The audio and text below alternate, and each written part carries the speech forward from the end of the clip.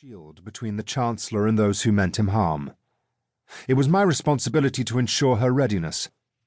Perhaps one day there would be no need to fear a silent attack on Siona's ruling family, from within or without.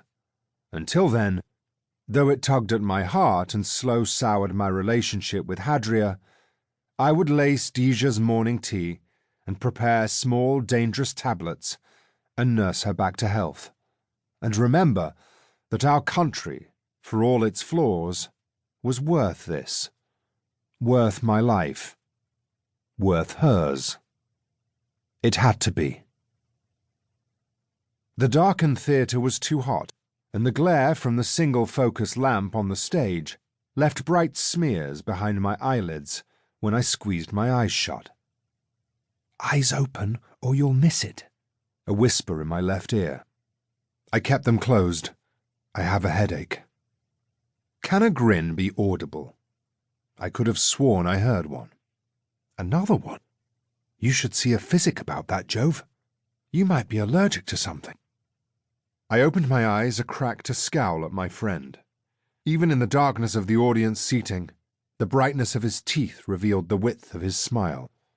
"I am allergic to something," I muttered. "I'm allergic to this shh." I shifted my glare to my other side. Kalina was 2 seats down, and though it was too dim to read her expression, her tone was severe. "They've worked hard, and you're being very rude." "It's all right for you," I grumbled back. Down on the stage, the lights had expanded to reveal the actor playing my sister, crying far more attractively than any human had a right to at a simulation of Chancellor Kaslav's funeral.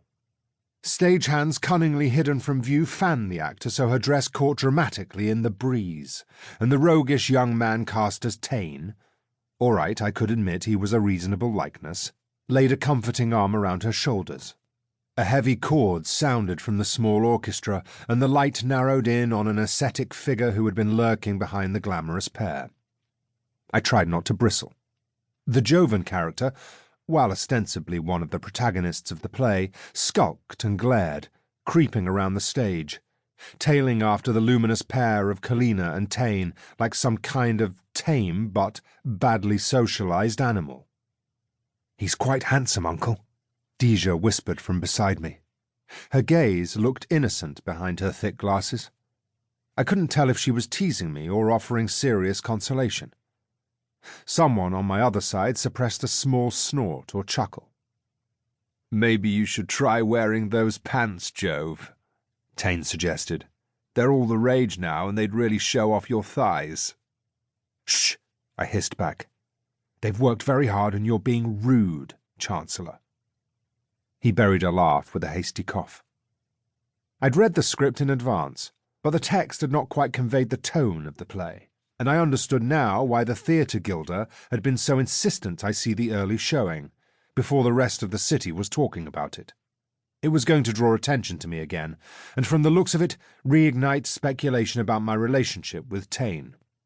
The stage Jovan seemed more poisoner than proofer, whispering worries about traitors and urging Tain to take action against them, and presented more as spy and adviser than friend.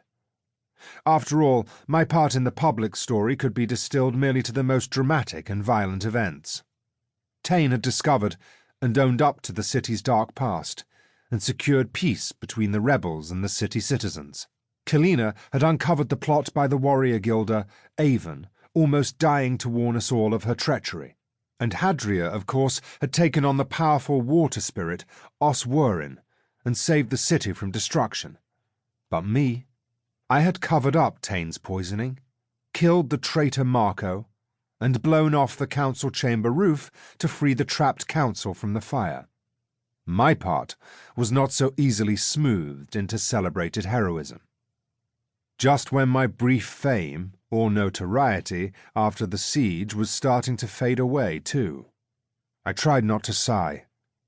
This was far from the first production of the Siege of Silasta. Apparently the residents of this city didn't mind reliving their own trauma in dramatized form, as there'd been a string of the bloody things.